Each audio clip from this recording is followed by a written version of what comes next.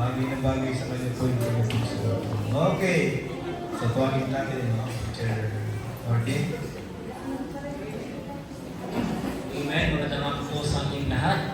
Pag-usensya nyo po medyo masama po ang aking pakiramdam. Hindi pala akong pakiramdam yung lalamunan ko po. Naramdaman ko po yung kaninang madaling araw. Parang dami kong makakapagsalita ko kaya ako ngayong hapon. Kaya po yung aming special number kanina umaga, pinakapahan ako kasi nahihirapan po akong umawit. Eh, ang naisip ko pa nga sa car, walang problema, pwede naman ako mag-lip sync. Eh kaso sa video, siyempre kung soprano pa ako, parang mahihirapan ako mag-lip sync. So, to God be the glory na i-awit naman po namin. At isa pong malaking karangalan, ang isa pong muli na pagpapairam ng ating pastor na makapagsalita po sa inyong harapan. Ako rin po ay nagpupulit ng kapasalamat sa Panginoon dahil sa mga mensahe namin napakinggan sa mga nakalipas sa linggo, katulad po kay Brother Ken.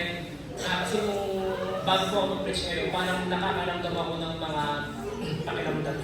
Nakakaramdam ng pakiramdam na parang ayaw ko pong mag-preach. Sabi ko parang hindi ako qualified. Sabi ko, yung preaching ngayon ni Brother Ken, na ang sabi niya, kung meron ibinigay sa iyo ang ministry ng Panginoon, huwag kang bibitaw. Pero hindi na, bakit parang pinrosidal yata ako ni Brother Ken? Parang ginawa niya yata itong preaching na ito para sa akin. Kaya ngayon naisip ko, pag pala may magsasalita sa harapan sino man yan, huwag natin iisipin na para sa iyo yun. Kahit ginawa talaga para sa iyo yun, huwag iisipin. Amen? Huwag tayo naging selfish. Naakala natin, bakit si Pastor yung preaching yata personalized para sa akin. Hindi lang naman po tayo anak ng Diyos para tayo nakapagbigyan ng preaching. Para po sa ating lahat yun. Sabi ko nga po pala nagkukwentuhan kami, hindi dahilan kung sino man ang nakatayo sa harapan.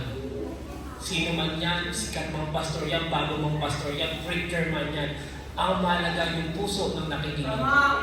Kasi kung paano mo tanggapin yung salita, that's what matters, not the person behind the pulpit. Okay, so, introduction lang po yun.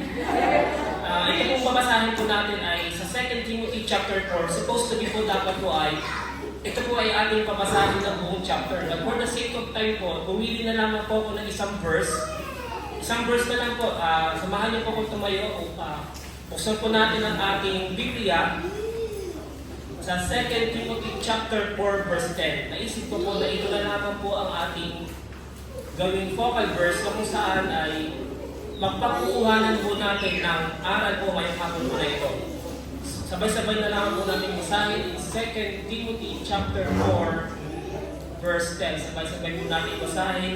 Ready? Read. For Demas has forsaken me, having loved this present world, and is departed unto Thessalonica, Crescens o Galatia, Titus unto Galatia. Tayo po ay dalangin Lord and Holy Father. So, ako dito, kami po ay lumalapis sa inyong trono ng biyaya, Panginoon. Gabayan niyo po ako, Panginoon, na ako po ay inyong gamitin upang inyong salita ay maging pagpapalat po sa bawat isa na narito ngayong hapon. Itago niyo po ako sa inyong likuran, kayo po ang siyang makita, Panginoon, ang katakilaan, Panginoon, ng siyang maitaas, at kayo po ang mabigyan ng papuri. Humingi din kami, Lord, once again sa aming mga kasalanan. We do not deserve the blessings that we have, Lord. But only by your grace, by your love, we are sustained to our every living life, Panginoon. In Jesus' name we pray, Amen. Tayo po, pwede na po po. Dito po sa ating binasa, 2 Timothy chapter 4, ito pong chapter na to ay hindi na po ito bago sa atin. Maraming beses na po na yung chapter 4 ng 2 Timothy ay naibahagi na po natin. Naalala ko po kung di ako nagkakamali, nagamit na rin po itong ibang Aaron. Na-impression din po sa atin. At dito po makikita po natin sa mga nakalipas na buwan, ang ating po naging topic ay be ready. Na kung saan makikita po natin doon na kaya tayo kailangan maganda because we are on the last days. Na kung saan, pag sinabi po natin yung last days, ito na po yung days of apostasy. Yung pang second coming of Jesus Christ. Na kung saan, yung mga panahon ng last days dyan ay marami na yung mga Kristiyano na lalayo sa kanilang pananampalataya. Kaya po dito sa ating binasa, makikita po natin si Demas, hindi lamang po siya basta miyembro lamang. Hindi lamang po siya basta miyembro lamang na kung saan wala siyang ginagawa sa gawain. In fact, sabi po dito sa chapter 4, kung ating pong pag-aaralan, po ay kasama ni Apostle Paul sa kanyang ministry. Ibig sabihin po, katulad po, halimbawa tayo po, no, tayong mga men, halimbawa po, kasama tayo ni Pastor, kasama tayo ng soul winning, kasama tayo na nagpe-prayer breakfast, kasama tayo sa gawain na kung saan tumatayo tayo sa harapan, hindi lamang sa mga men, maaaring sa mga kababaihan, kasama sa prayer warriors. Ibig sabihin po si Dimas, hindi lamang po siya basta miyembro, siya po ay may gawain sa kanilang iglesia dahil siya po mismo ay kasama ni Apostle Paul sa kanyang ministry. Pero makikita po natin isang nakakalungkot na verse, sinabi dito sa verse 10, Demas had forsaken me. Iniwan niya po si Apostle Paul. Why? Makikita natin in the following phrase, sabi doon, having loved this present world. Kaya mga kapatid, hindi po tayo mag-iingat nowadays. Ang bawat isa po sa atin, hindi po nakakapagtaka kung bukas makalawa, hindi na ako makita sa gawain. Hindi na nakakapagtaka kung bukas makalawa. Si Brother Mark wala na sa gawain. Si Brother Rico wala na sa gawain. Kung hindi tayo mag-iingat. Dahil wala namang pinagkaiba si Dimas sa atin. And I believe, once in Dimas' life, siya rin ay on fire. Siya rin yung mga panahon na siya rin ay maaaring nag-i-encourage. Maaaring na kung saan siya din ay nagsasalita ng angaran. Pero bakit? Dumating siya sa point ng buhay niya, pinili niya ang sanlibutan. Kaya kung wala po tayo pwede ipagmalaki, kapatid, Pastor, kailanman hindi kita iiwan, huwag tayo magsasalita ng tapos. Dahil sa mga naranasan ko po sa buhay Kristiyano, marami na po Kristiyano ang nagsabi sa kanilang pastor na hindi iiwan, pero may kalaban ang pastor. Amen. Kaya huwag tayo magsasalita na sa atin lamang. Lagi natin sasabihin, Panginoon, dahil sa iyong kapangyarihan, tulungan mo ako, magtatakot ako. Amen. Marami na akong kilala. Simula pa lang nung ako ay nakakita, sinasabi ng pastor, sinabi niya na itong membro na to, sabi sa akin, hindi ako iiwan. Sabi ng membro na to, ako ay kanyang mahal. Tuwag-tuwa sa preaching ko, pero nowadays nakita ko, kalaban ng pastor. Kaya huwag tayong aasa lang sa ating makapakiramdam. Because heart is deceitful above everything.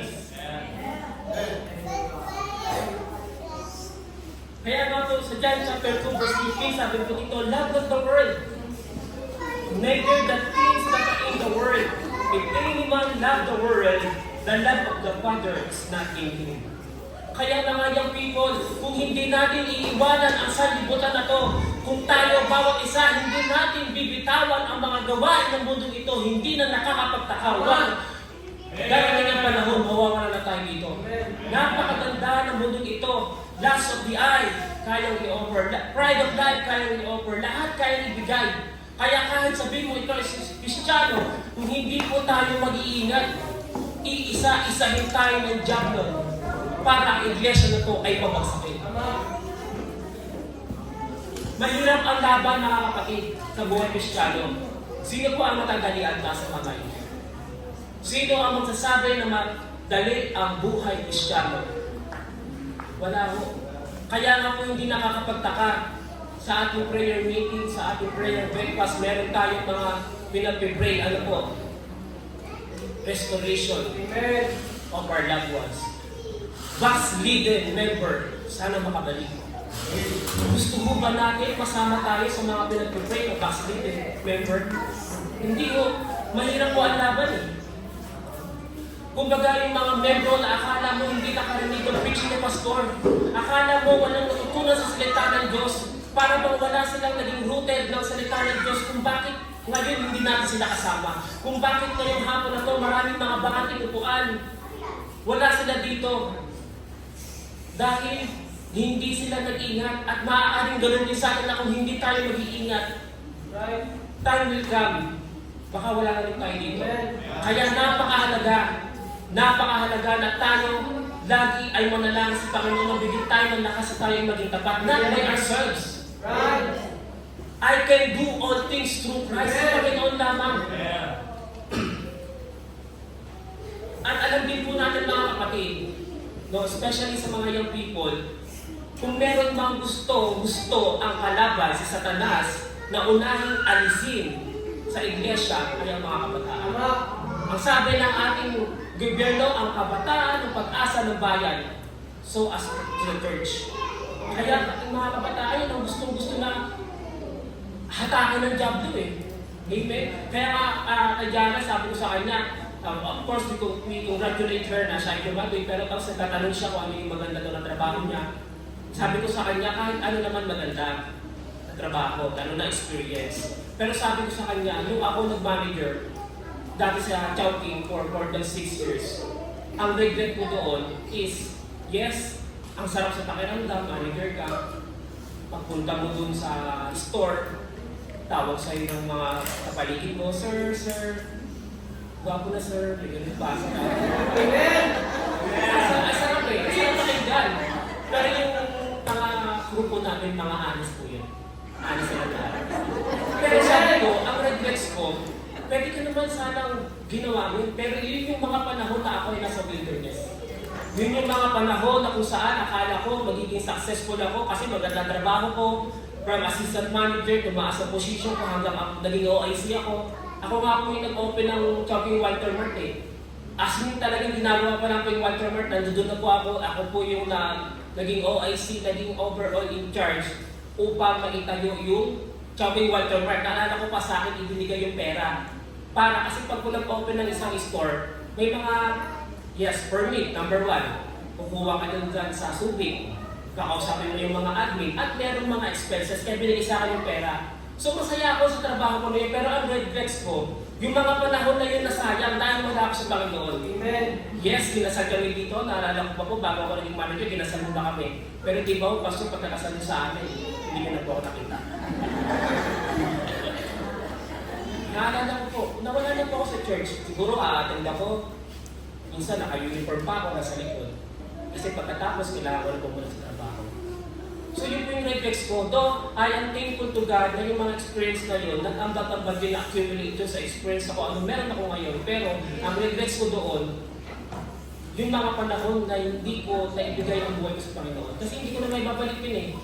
At malamang sa malamang, pagharap ko sa Panginoon during big judgment, parang nagutang ko buhay sa Panginoon. Yes, makikita niyo po, nandito ako. Pero yung consequence doon, ng mga panahon na yun, hindi ko yung magiging ligtas. Dahil naniniwala po ako sa Bible, kung anong itatanim mo yung aanihin mo. At sigurado, sisingilin ako ng Panginoon doon at hindi ko alam kung ano sasabihin ko. Kaya sabi ko sa kanya, kung ano man ang trabaho mo, kung ano man ang plano mo, lagi mong ilagay at i-align sa kalooban ng Panginoon. Amen! And everything will fall into its places.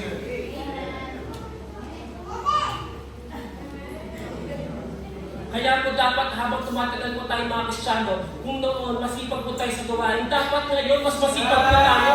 Kung sa negatibong bagay man, kung noon pasaway tayo, kung noon hindi tayo bahagi ng mga gawain, dapat ngayon kabahagi na tayo. Kaya po ngayon tayo ay kasama na sa minister. Hindi ko na po kailangan pang i-expound na sabi naman ako sa atin na dapat tayo habang tumatagal sa Panginoon, habang tumatagal sa gawain, tayo ay nagiging katulong. Sa gawain, nagiging pag-aang, hindi pabigat. Hindi mo sa araw-araw na lang na meron tayong prayer fellowship, hindi ba pabigat yung kasama ka pa sa pinangalalangin na para bumalik? Para muli ma-restore? Eh kung lahat dito walang bakilid, hindi ang bilis matapos ang prayer, eh kaso ang dami naman kailangan pag-pray ng mga kailangan makabalik. Imbis na sige, mag-pray kami, matatapos sa maaga dahil sa mga member na kailangan ipag-pray na makabalik sa Lord, ipuin po ang buhay. Huwag ka na sumagdag doon. Dapat hindi na tayo kasama doon eh. Kaya ho mga kapatid, nakakalungkot na kung hindi talaga tayo mag-iingat, unti-unti mauubos mo tayo sa iglesia nito. At hindi po masaya yun. Kaya po ngayong hapon na to, nakita ko po na para po tayo ay makaiwas na mahatak ng kalaban, para po tayo ay makaiwas na hindi mawala sa iglesia. Apat na bagay po ngayong hapon na to na ating pag-uusapan. Ang title po ng ating message ay Engage Ourselves in the Work of God. Gawin natin busy yung sarili natin sa gawain ng Panginoon. Ewan ko na lang kung ikaw ay busy, kung ikaw ay active, kung maisipan mo pang mag-backslide, busy ka nga sa gawain. Hindi mo na maiisip pag-backslide kasi committed ka eh. Eh kung palawsi-lawsi ka, minsan hindi ka attend, minsan na-attend ka sa plan para ngayon. Doon yung mga panahon na kung wala church, hindi ka umaatin, hindi ka active sa gawain, yun yung mga panahon na ikaw ay makakapag-isip, parang masarap pa lumag mo. Eh kung busy ka, active ka, engage ka sa gawain ng Panginoon, mawawala yung mga pag-iisip mo na hindi maganda na ayaw mo naman na mabatin. Kasi busy ka eh. Kaya kung gawin natin busy, kaya po ang title ng message this afternoon is engage ourselves in the Word of God. Number 1 point po, be a partner and a co-laborer. Laborer in the Word of God. Be a partner and a co-laborer in the Word of God. Mga kapatid, ang gawain bang natin iasa lamang sa pastor? Kahapon, yung choir practice, dumating kami, nakita ko si pastor, ginagawa yung batoni. Ang hirap, parang ano yun, bakit pastor ikaw ba gumagawa niyan? Ang hirap tignan. So ang ginawa ko, pumasok ako. Pumasok na ako. Kasi hindi ko makaya. Hindi ko makaya kasi pastor ko nagkukulit. Tapos sabi ko ng pastor, katulog niya si Sister Bioli. Hindi ko talagang makaya, so pumasok na lang ako. Tapos yung tapos na yung practice, tapos na din si pastor. Pero bago ako pumasok, sabi ko kay pastor, pastor, ba't po kailangan ng buhatin, tabagin po ako. Eh, hindi naman tumawag. So natapos ako. Natapos na. Ang hirap. Kaya talagang pumasok ako para mapaglabanan ng hirap. Masakit na sasakit. Amen. Ang gawain po, huwag po natin iasa lamang sa pastor. Kahit pag-aano magaling si pastor, kahit gano'n siya mag-isip, kahit gano'n nakamalang ministry, hindi kakayanin ng one-man show ang gawain. Pag sinasabi mo, inaangkin mo na ikaw ay Kristiyano, pagsasabihin mo na ikaw ay ligtas, dapat alam mo na ikaw ay kapartner ng Panginoon sa gawain. Meron bang kapartner na nakatingin lamang sa kanyang kasama at hinahayaan kumilos sa gumawa? Eh kung asawa mo yan, pag hindi ka kumilos sa bahay, nababatukan ka eh. Gusto mo pa natin, Panginoon pa, bumatok sa atin mo, kilos-kilos, baka may stroke. Even if pag may stroke tayo, sana nga kung may stroke lang. Diba paano kung kalahati na lang mo na stroke? Amen? The pastor cannot do the work alone. Kaya nga po sabi dito in 1 Corinthians chapter 3 verse 9, for we are laborers together with God. Ye are God's husbandry, ye are God's building. Ang talagang sinabi natin gawain, hindi lamang po sa pastor, hindi lamang po sa mga membro sa mga gawa, kundi sa bawat miyembro ng Tabernacle Baptist Church. Simula sa pinakamatanda, si Sister,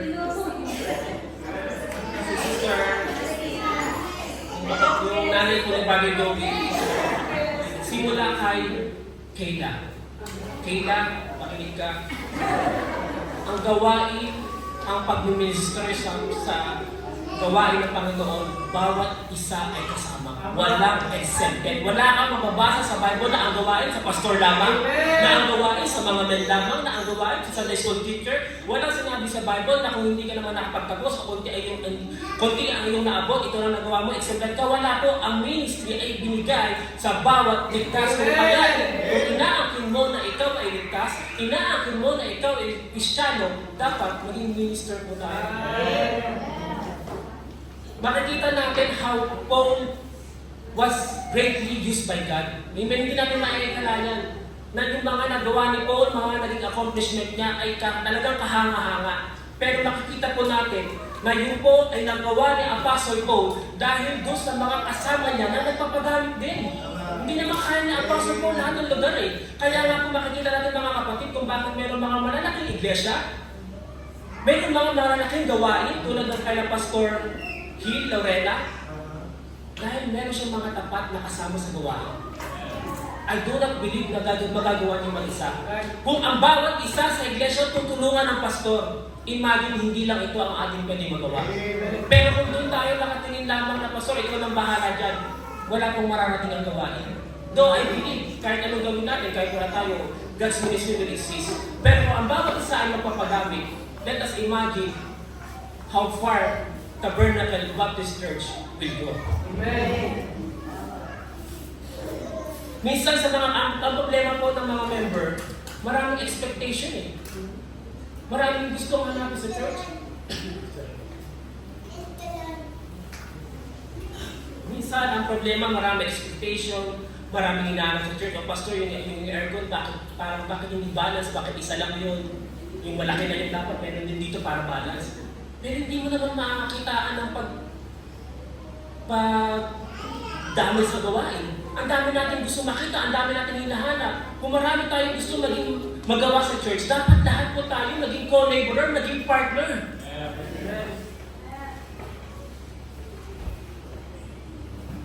Makikita din po natin in Romans chapter 16. No, in Romans chapter 16. So for the sake of time, hindi ko na rin po ito babasahin. Pero gusto ko po makita po natin na sa in Romans chapter 16, ito po ang chapter na kung saan si Apostle Paul binati yung kanyang mga kaibigan. Sabi niya in verse 1, I commend unto you Phoebe, our sister, which is servant of the church, which is at Grentia, and so on. Ito pong buong chapter na ito. Ano po makikita natin dito? Mga commendation. Mga commendation na kung saan binanggit na Apostle Paul ang mga individual na tao na kanyang nakasama sa gawain. Gusto mo ba natin tayo din ay kung ang ating pastor ay susulat man ang kanyang talambuhay sa kanyang gawa o ministeryo, hindi ba masarap na masulat ni pastor o si Brother Martin kasama kayo sa gawain? Siya ay naging bakal. O gusto natin tayo yung katulad ni Coppersmith, Alexander the Coppersmith, na ito ay kumalaban sa pastor. Na ito si Brother Martin, kalaban ko, did much evil to me.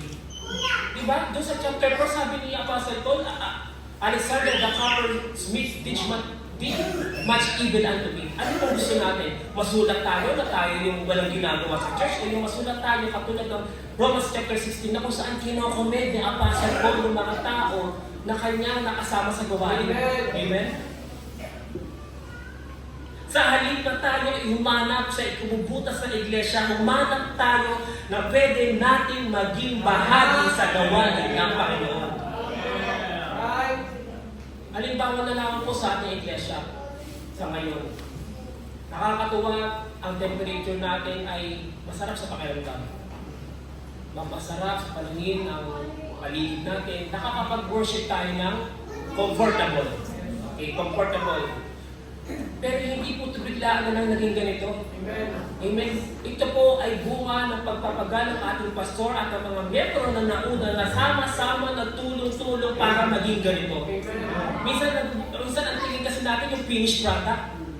Nakakalimutan natin kung ano ba yung naging proseso bago naging ganito. Kung wala po, lalo na yung mga unang miyembro na nagtulong-tulong, nagpagal, nagsama-sama para po magawa ang gawain na wala sana tayo dito ngayon. Kaya ho, pasalamat po tayo sa mga tao na to, sa mga member na to na naging partner ng pastor sa gawain, naging co-laborer sa gawain. Kaya ho, this afternoon, para hindi po tayo mahatak ng kalaban sa salibutan, para hindi po tayo mawala sa iglesia, lagi natin gawing busy ang sarili natin, maging partner at co-laborer tayo sa gawain ng Panginoon. And second point, be participative and cooperative in the Word of God. Be participative and cooperative in the Word of God. Ang ibig sabihin po nito mga kapatid, dapat ang bawat isa ay may partisipasyon at kooperasyon gaya ng sinasabi ng aming pastor last Sunday na ang gawain ng Panginoon ay hindi paligsahan. Hindi pagalingan, hindi pagwapuhan. Paano na lang kayo kung pagwapuhan na laman.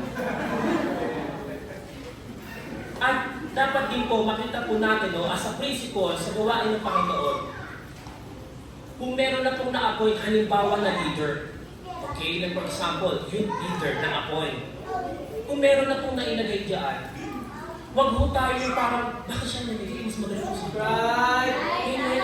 Ang Panginoon ang nag-a-appoint, ang Panginoon ang gumagamit. Hindi natin kailangan, ay, dapat ako na dyan eh.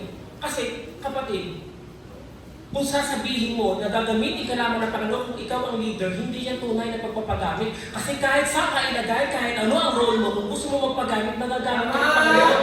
Hindi mo kailangan ikumpara, ay, nakalamban, mas magaling ako sa'yo, ako dapat dyan. Right! Dapat meron tayong cooperation. Kung walang cooperation, tulad ng trilyo kanina, o pwede ba nakakanta ako ng soprano, ako din yung nag-bass? Ako na yung soprano, ako pa yung mag-tenor, katulad kay Brother Elliot. walang mangyayari, hindi kami magkakaroon ng harmony. Ganoon din po sa gawain ng Panginoon, kung walang cooperation ang bawat isa, wala tayong mararating. Biluin mo, meron ng choir directors na naglilid. Sabihin ko kay Ate Ana, Ate Ana, di ba tama yung ginagawa mo? Ang galang. Amen. Kung meron nang na-appoint dyan, hayaan mo na mag-function. Huwag yung parang pag may na-appoint dyan at pili mo mas magaling ka, kulang na lang eh. Gusto mo palitan na lang eh. Amen. Hindi po gano'n sa gawain ng Panginoon para mas maging malago. Kailangan ang bawat isa ay may partisipasyon at cooperation. Pag hindi ko natutunan ko nung nasa Chopin pa ako, may iba-ibang station, may service station, may dining station, may teaching station. Kung yan po ay walang magandang communication, walang magandang kooperasyon, sigurado, complain ang mangyayari sa manager. Ang tagal naman ng order ko. Paano? Binay sa counter, hindi naman pala binigay sa kitchen. Walang cooperation. Ngayon, ipapalo up ng customer din sa dining. Kasabihin niya, dining, kitchen, pinapalo up na itong table na dito, yung chicken. Wala naman silang alam na gagawin chicken kasi hindi binigay ng counter. Walang cooperation. Kaya mahalaga sa iglesia yung participation at cooperation, hindi kanya-kanya. Dapat ay nagtutulungan, hindi nagpapagalingan at nagpapaligsahan. Dahil sa usapang ministeryo, ang ministry ay pagmamayari ng Panginoon. Yes, sir. Yes, sir. Hindi naman ito kay Pastor eh. Pwede po kay Pastor to, ginawag na tayo iglesia ni Pastor Chris. Kaya nga tayo Tabernacle Baptist Church. Hindi tayo ginawag na iglesia, halimbawa katulad ng iglesia ng Manalo. Tayo ay Baptist. Tabernacle Baptist Church, hindi iglesia ni Pastor Chris.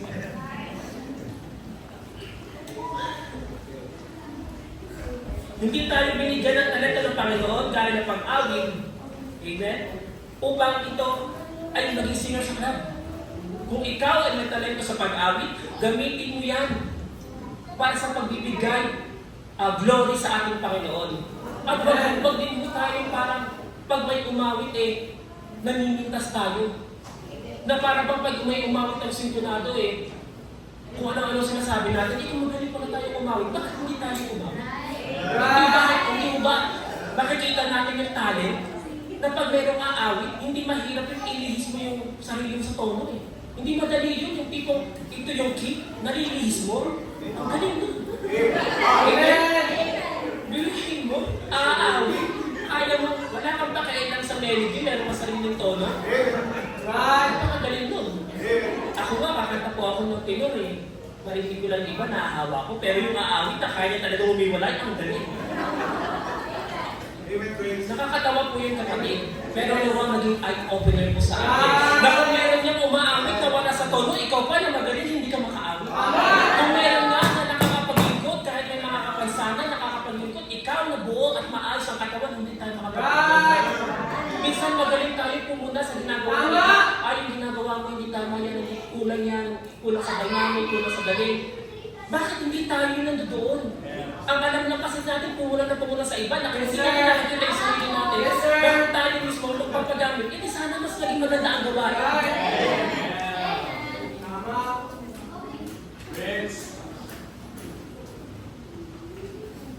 The best thing, sinabi na rin po ito ng ating pastor, the best thing we can do sa ating iglesia, hanapin po natin, alamin po natin ano ba ang gift na binigay sa akin ng Panginoon. Ano ba ang talent na binigay sa akin ng Panginoon. At kung wala kang makita, hindi po tayo maniniwala kasi pwede ka mag-ministry sa prayer.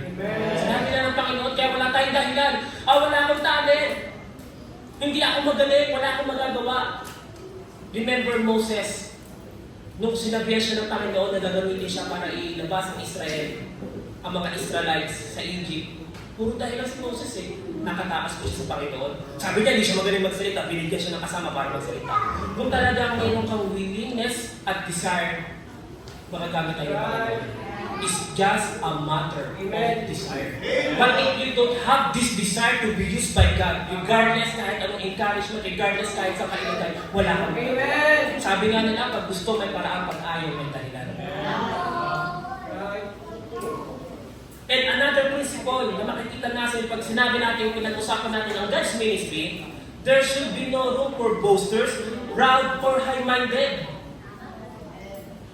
We cannot be a blessing in the ministry pag tayo ay mayabang o matayo. Ang galing-galing mo nga.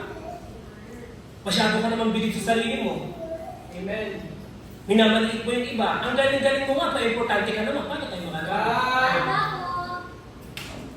God resisted the proud but giveth grace unto the humble. That's right. Alam niyo po mga kapatid, kung ikaw ay masyadong believe sa sarili mo at ginamit ka ng Panginoon, titiyakin ko, sasabihin mo na ang glory sa iyo pupunta. Ang galing mo kasi. Amen? We should not be like that. We should not be like that. Kailangan sa gawain ng Panginoon, makita mo sa sarili mo kung gaano ka kawala. Right. Kung gaano ka kababa. Para pag ikaw ay ginamit, ang makita, ang kataasan, Amen. ang kadakilaan, at ang glory sa Panginoon. Pag tayo humili sa Panginoon at masyado tayo bilib sa sarili natin, ang makikita sa sarili mo, hindi ang Panginoon. Right.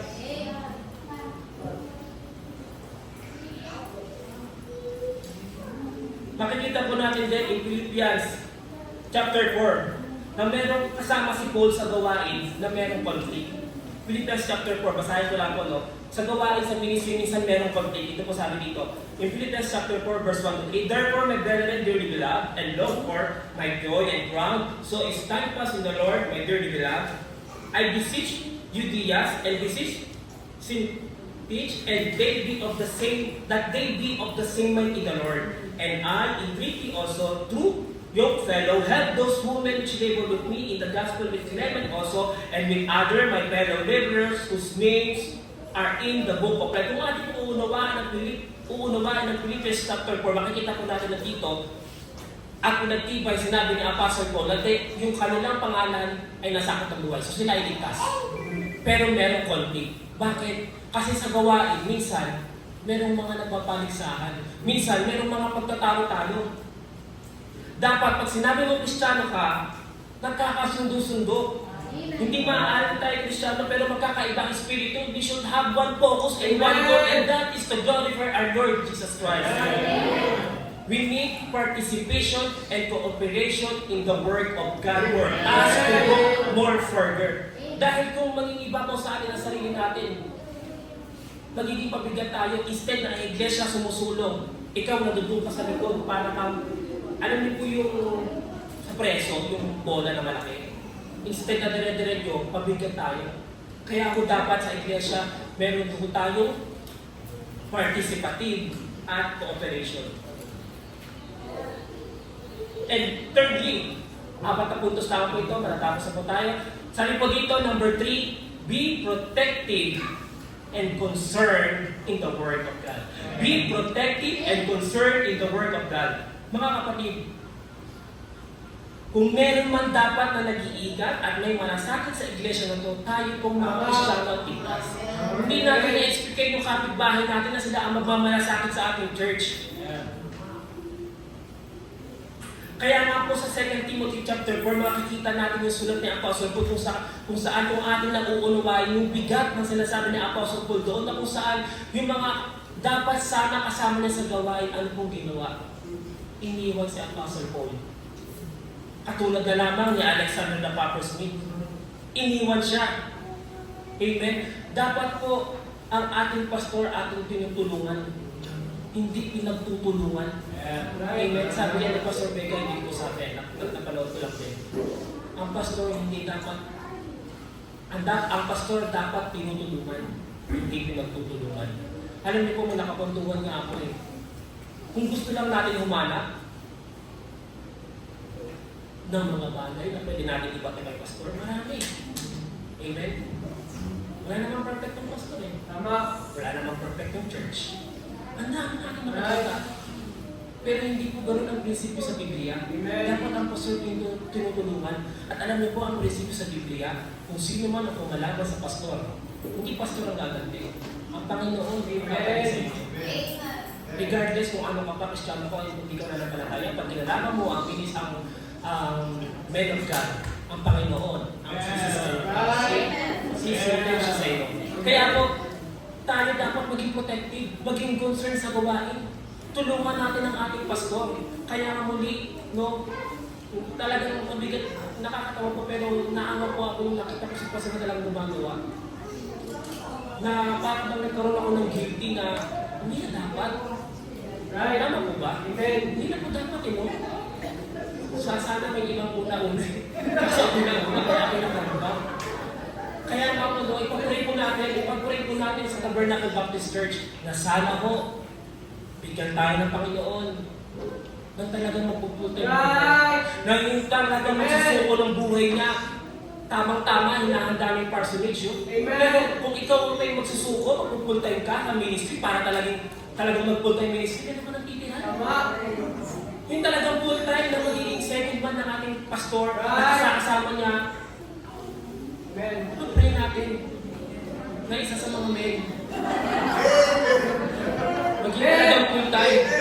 Hindi lang yung preacher pag-linggo.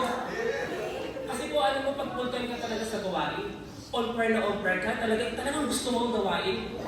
Alam niyo po, kung may calling ka, kung may calling kayo, huwag niyo mo. Kung gusto po natin, no, na tayo gamitin ng Panginoon, kung may calling kayo, huwag yung lalabanan. Kung may calling kayo, magsuko tayo ng buhay kayo. Magsuko kayo ng buhay. Pastor, iiwanan ko na yung mga kung ano yung meron ako, titira ako sa church. Alam niyo po, ang pagkapastor, sabi nga ni Pastor, hindi lang naman knowledge eh. Walang pastor na naging pastor na puro knowledge lang at puro galing sa preaching. Kailangan yan may training ground. Kailangan yan literal na nasa raya mo na ikaw ay huwag kumain sa isang araw.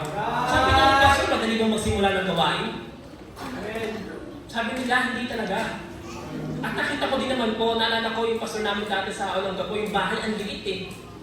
Talagang sabi nga nila doon, pag ikaw nagsuko ng buhay mo, ikaw ay full-time worker, ewan ko kung naalala ko ito ni Kuya. Kung wala kang almusal, kung wala kang merienda para makakain ka, mag-visitation ka. At unahin mo, bisitahin, may mga member na mayayaman. Para pagpunta mo doon, magandang hapon po, ako po ay magbibisita ko, okay na po sa akin yung kape or juice, nakakakain ka. Hindi po dapat puro knowledge lang, na puro tayo comfort, wala naman. May challenge eh. Diba? Yes, it is good that we have knowledge, but we should have parang sundalo. Hindi naman puro theory lang eh. Diba? Wala sundalo. Talagang malayo sa comfort, iniwanan ng comfort na ready para sa paghihirap dahil ang gawain ng Panginoon, ang pagsisimula ng gawain ng Panginoon, kailanman hindi naging madali. Eh kung puro knowledge lang, pag nagkaroon ng pagsubok, ayaw na. So be protective and concerned in the work of God. Be protective and second principle po sa being protective. No, sabi po dito, if we are careful, kailangan po alagaan natin ang testimony ng bawat isa. Alagaan natin ang testimony ng bawat isa. Dahil kung hindi po tayo nagiging maingat, at hindi natin napapansin, hindi man natin alam, hindi man natin intensyon, pag tayo nakita ng tao sa paligid natin at hindi maganda ang testimony natin ang sasabihin, ay ganyan pala sa Tabernacle Baptist Church. Ganyan pala sa TBC, okay lang yung gano'n. Hindi natin alam yun. Malinis ba ng intensyon natin, pero kung hindi tayo maingat, ang masisira. Hindi lamang ikaw, pati testimony na iglesia. At pinupurso natin na tayo magsulwini. Eh kung hindi mo alam, nagbigay ka ng trust. Tapos alam niya, may kakilala siya na member ng TBC. Hindi man magsalita yun, tuwitin, maaakit pa natin yun. Kung may nakita siya na hindi naman maganda ang testimony ng isang member dito.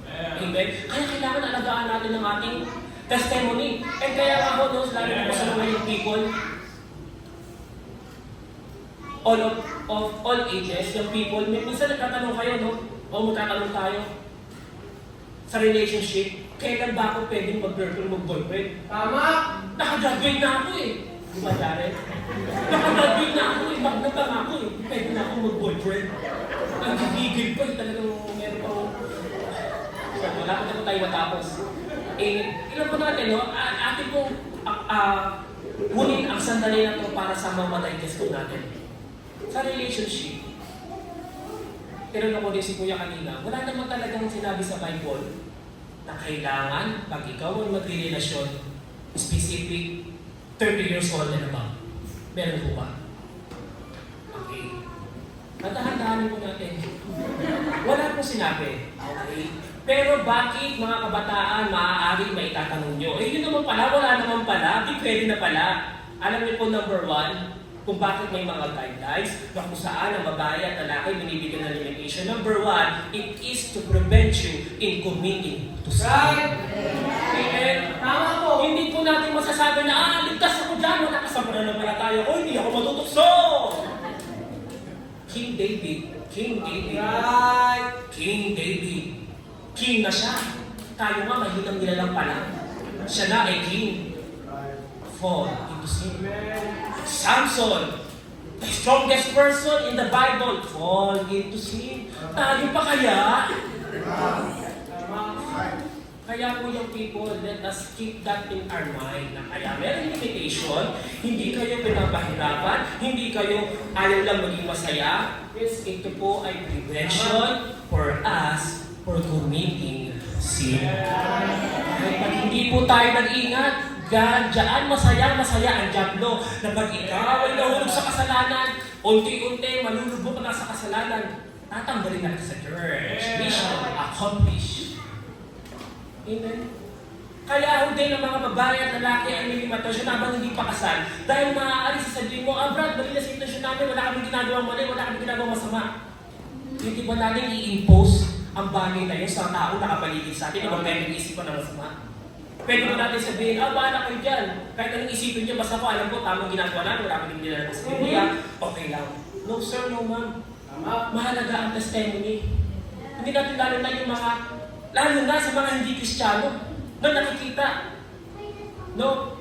Young people, lalaki, babae, magkasama, na halimbawa ay nanggaling sa isang lugar na sila lang dalawa, pinanganak ng kahapon ang hindi mag-iisip ng masama. Amen? Ano pong punto dito? Yung doubt. Right? Yung testimony na makita ng mga tao sa paligid natin na ang sasabihin, ay pwede naman pala sa TV sa Tabernacle Baptist Church yun eh. We have the right intention, we know we are right with God. But those persons that surround us, alam ba yun? Kaya mahalaga ang testimony, hindi lamang para kayo iingatan, kundi para pangalagaan at ingatan ang testimony ng Tabernacle Baptist Church. And last point po, dito po tayo magtatapos. Number 4, be productive and commendable in the Word of God.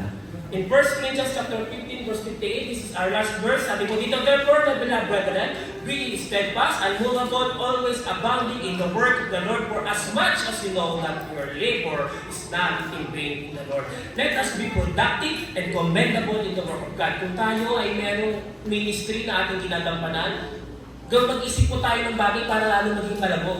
Huwag po natin hayaan yung parang nagiging compliance na lamang. Huwag po natin hayaan na parang masabi na yung prayer of breakfast, sige, atid na lang tayo kasi kailangan lang may gawa. Hindi po kailangan lagi tayo mag-iisip na kung saan yung gawain natin ay maging malabo. Kagaya ng alam po nitong ating cut-out, sila kuya. Narinig ko yung sinabi niya kay pastor. Nag-uusap sila. Hindi lamang po ganyan ang gusto nilang style. Nag-usap pa sila parang gusto nila yung may ilaw pa. So ano po pinapunta ko doon? Hindi sila nakokontento na ganyan lang yung kanilang output. Amen? Dapat ganun po tayo mga Kristyano, hindi tayo makukontento na yun at yun lang. Wala pong plateau stage. Ano yung plateau? Hindi ko alam tama yung term yung plateau. Yung na-stagnant, plateau. Ano ba yun? Silent E, silent A, plateau. Okay, so alam po kung nag-miss yung plateau, no? Yung word na yun. Hindi ko lang po alam yung parang plateau eh, plateau. Wala pong ganun Kristyano, na-stagnant ka na. Dapat po ang Kristyano, hindi pa uro, kundi pa lago. Kaya kung meron tayong ministry, let us be productive and be commendable. Na kung saan darating man ang panahon, darating man ang time ng ating pastor magko-comment sa ating church, sa ating iglesia, kung saan si pastor ay haharap na at nakikipagkwentuhan sa ating Panginoon. Pero sana matagal ko pumangyari. Pero nandun po tayo darating doon eh. Na kung saan ang ating pastor, darating ang time makikipagkwentuhan siya sa Panginoon, tapos nakita niya tayo doon, si Brad. Panginoon, ang galing niya. Alam mo sa gawain. Pag yan nakikita niya may ginagawa ko, umiiwas na lang yun. Kasi may concern siya eh. Ayan, si sister, ang galing niyan. Kahit nag-busy siya sa bahay niya, nagagawa niya mag-review para magturo ng Sunday School. Amen. Di ba napakasakit? Yes, ligtas ka nga, nasa langit ka nga, pero makikita doon, pag nakita ko, buti na lang nakapasa ka sa langit. Akala ko professing Christian ka lang kasi wala ka naman naging bagay sa ito. Kaya yung ba, wala nang gano'n sa langit. Pero yung mga regrets na kung saan, yung mga member ng iglesia nagkikintaban eh. Bakit? May mga crown, may mga award. Ikaw plain na plain. Para bang after mo naligtas, sabi nga ni Brother Ken after mo naligtas, finish na, tapos na. Di ba nakakalungkot yun, nasa langit ka nga pero plain na plain. Kaya kung dapat, Amen. huwag po natin hayaan ganun. Amen? Huwag po natin hayaan, tayo po ay mag-ingat, dahil hindi po tayo mag-iingat sa ating buhay, unti-unti uubusin po tayo ng diyan.